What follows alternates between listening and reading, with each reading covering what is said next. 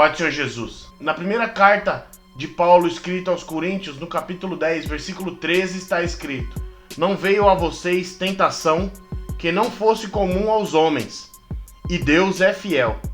Ele não permitirá que sejam tentados além do que possam suportar, mas quando forem tentados, Ele mesmo lhes providenciará um escape para que o possam suportar.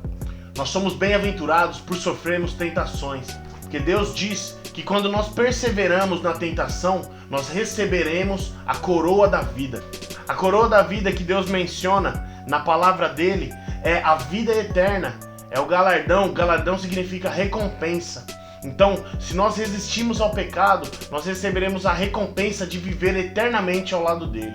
E a coroa da vida, Deus promete a todos aos que o amam. No livro de Mateus, capítulo 26, versículo 41, Jesus, quando estava no Getsemane, disse aos discípulos: Vigiai e orai, para que não entre em tentação. Na verdade, o espírito está pronto, mas a carne é fraca. Depois de Jesus ter ceado com os discípulos, os mesmos foram para o Monte das Oliveiras. Quando os discípulos estavam no Monte das Oliveiras, eles já estavam pensativos, porque Jesus já tinha dito que um deles ia traí-lo. Eu imagino que lá no monte, um ficava olhando pro outro, tentando descobrir quem que ia ser o traidor. Quando ainda, para complicar mais ainda a situação, no livro de Mateus, capítulo 26, versículo 31, Jesus diz: Ainda esta noite todos vocês me abandonarão.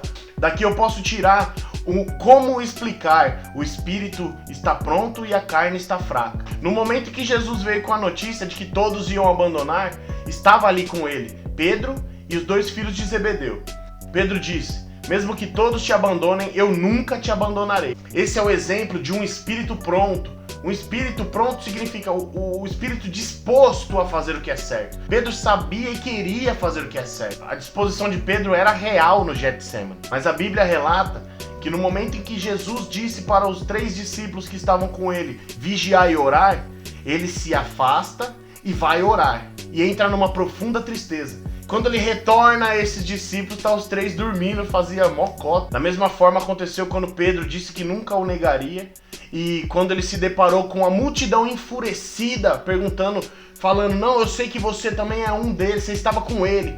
Ele vai e nega Jesus ainda 3 vezes. Esse é o exemplo da carne fraca. A partir do capítulo 26 do livro de Mateus, você pode acompanhar toda a história, uma história bem interessante. Eu recomendo que todos leiam o capítulo inteiro. O mais importante de tudo isso é o arrependimento que Pedro teve. Depois que toda essa situação se acalmou, depois que tudo ficou mais tranquilo, Pedro se arrependeu e começou a fazer a obra de Jesus com muita intensidade. Nos dias de Pentecostes, estavam todos reunidos em um mesmo lugar, quando do céu veio um som muito forte, que encheu toda a casa onde eles estavam reunidos. E vieram sobre cada um deles o que pareciam línguas de fogo.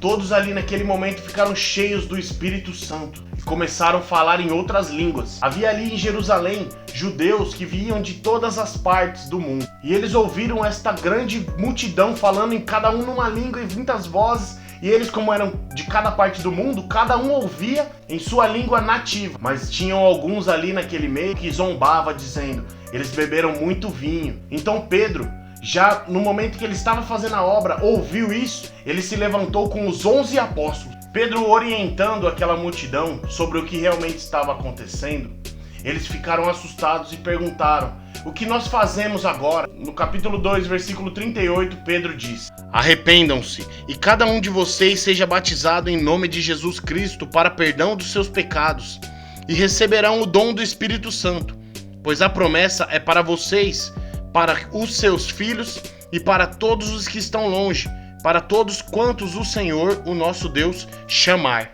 E é essa mensagem que eu quero passar para todos vocês neste dia abençoado que Deus permitiu que nós estivéssemos vivos. Uma ótima semana. Deus abençoe sua vida.